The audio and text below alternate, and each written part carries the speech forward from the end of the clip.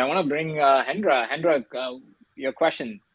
Hi Vivek, thank you for like the sessions. It's really helpful. So my question is like, do you have any like best practice on identifying the cultural fit in during the interview?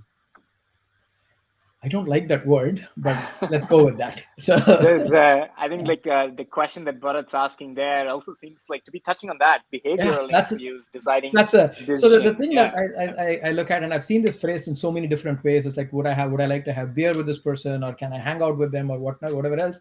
And the thing that the reason why I don't like it as such is that it's kind of that like tech has always had this undercurrent of, oh, people have this, it's like a culture, it's like a cult where a group of people, they only hire people amongst themselves and don't really prefer diverse thoughts and things like that. So that's why I don't like the word culture fit as such.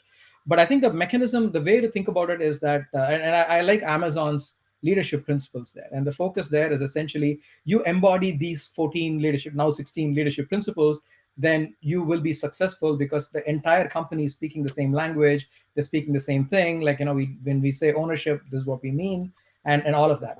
Now you are able to sustain, or you're able to demonstrate that you are able to adopt those cultural values, then you're a culture fit.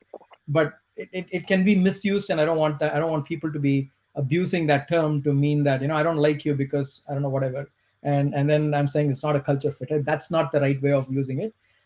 So I actually like Amazon's style of behavioral interviewing, where they spend a lot of time, they go in depth. Like, if you look at the actual interviews itself, almost 50% of the time in the interviews is towards behavior interviewing. Like, every interview has behavior interviewing, and every interviewer covers two or three behavioral aspects of it, and that's valued a lot more than the technical aspects of it.